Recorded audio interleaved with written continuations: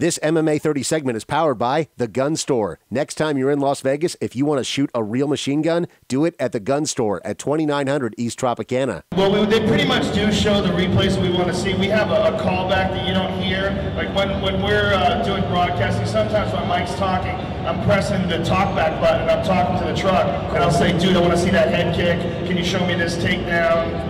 Something along those lines. So you guys are doing, yeah. I wonder if there was more. Yeah, well, actually, you know what? There is more. And it's at UFC.tv. You know how ESPN did the, pick your angles, pick your camera, Spots has done that as well on FSN.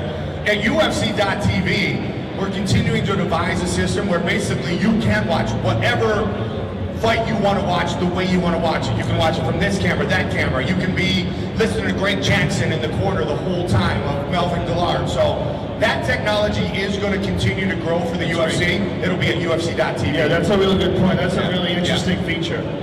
That's a very good point, and I talked about this with Lorenzo Fertitta. He's trying to figure out some sort of a reasonable solution to keep guys from doing this to avoid getting kneed. And maybe the solution is that you can get kneed if your both feet are on the ground, even if it's one hand.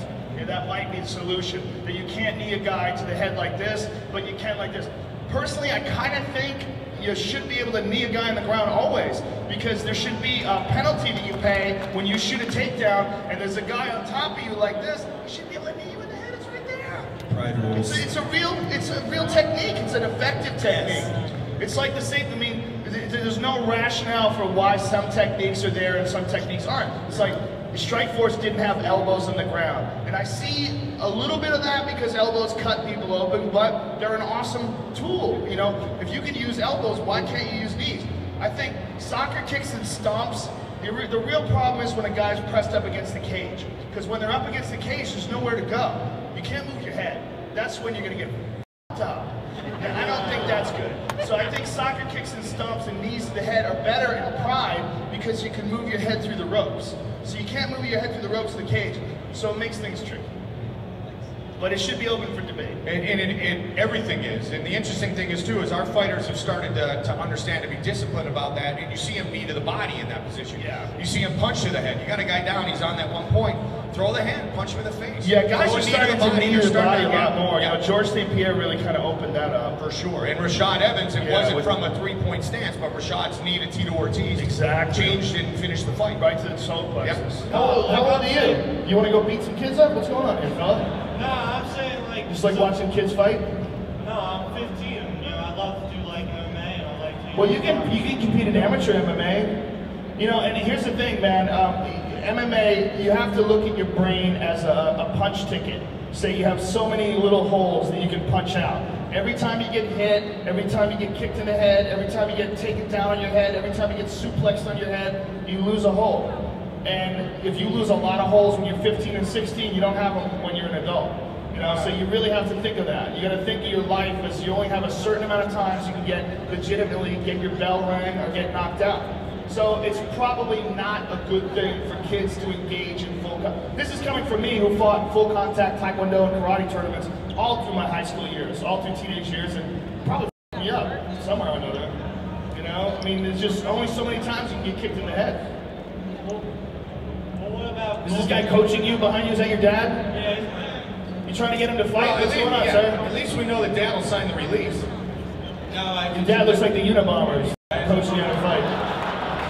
Boy, we're going to chop our own wood, live in the woods, but you got to learn how to fight. That's a traditional martial arts you'd never be able to do in MMA. Boxing has Golden Gloves, Olympics. Oh, I see what you're saying. Yeah, well, I think there's going to be amateur forums. The forums and the places that you can compete at 15 years old are going to grow exponentially because of the growth of the sport, because kids are now getting into MMA at 7 years old, 8 years old, 9 years old. Because now you don't go and wrestle, you don't go box, you don't go to karate, you train MMA. So what will follow is a venue for these guys to compete. But what needs to be done is the same thing we do with our fighters at the highest level. Fighter safety needs to be priority one. Your body's not fully developed, like Joe said. You're not ready to get kicked in the face. You're not ready to go shin to shin. A lot of times at 15 years old, yeah, you get the Rory McDonalds of the world who started at 16, but it's a long life, and if you want to make money in the fight game, you need to do it for a long time. You need to go through a lot of battles. there's no reason to be in a big hurry. Compete amateur, take it out, go hard in the gym, spar hard. But you don't need to get head kicked, you know, too early in life. It's not good. I understand that, but there's still no... But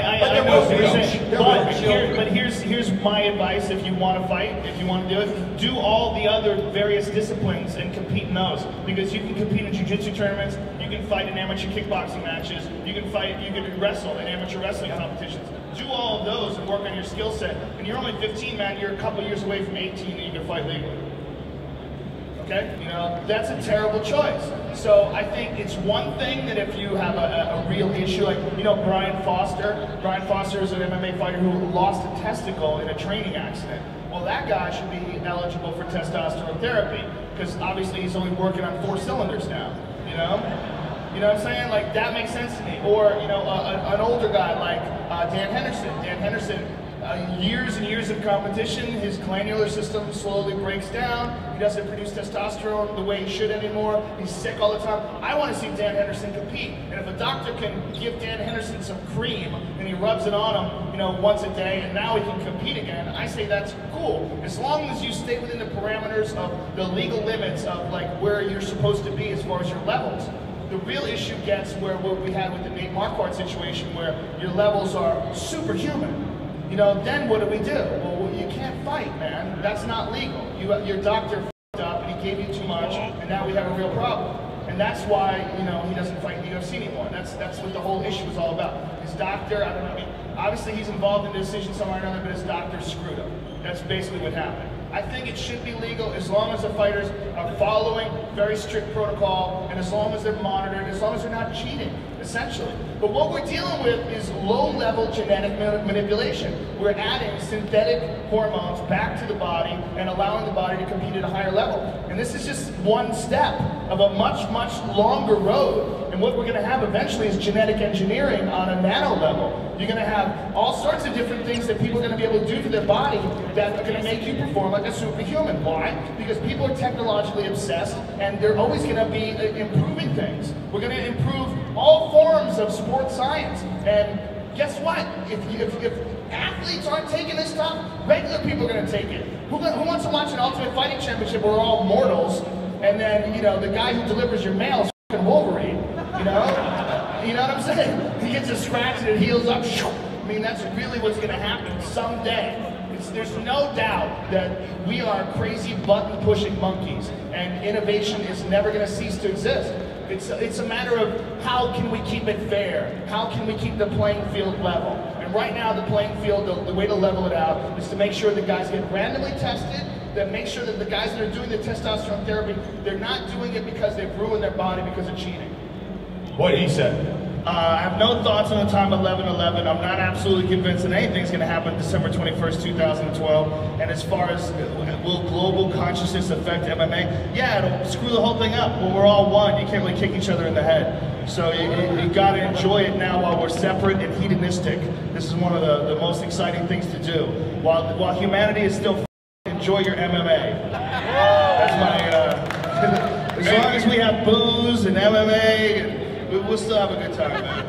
And Universal consciousness gonna yes, fuck and with you. 11/11/11, there is something happening. There's a movie release that night. It's one of our sponsors for the pay-per-view, so December 21st, 2012 is going to wreck everything fun. I can't tell you anything that's ridiculous. I wish I could tell you, but some of the things that we're doing this year are just, I can't believe it's legal. It's so much more extreme than Fear Factor used to be. A lot of people are going to be angry at us. I'll tell you that. They're really going to be mad. I can't tell you why. I wish I could. If you don't know, I have a podcast on iTunes. It's called The Joe Rogan Experience, and it's free. You can download it anytime you want. It's just, it's fun, man. It's fun to do. And so it's really just a conversation. So if it's MMA that we talk about, that's cool. And if it's space or, you know, whatever. Every time I talk to Joe about things other than MMA, I learn a lot. And, you know, it's like opening my mind for that universal connection. So anytime when I'm in town, I'll go see it. This MMA 30 segment is powered by The Gun Store. Next time you're in Las Vegas, if you want to shoot a real machine gun, do it at The Gun Store at 2900 East Tropicana.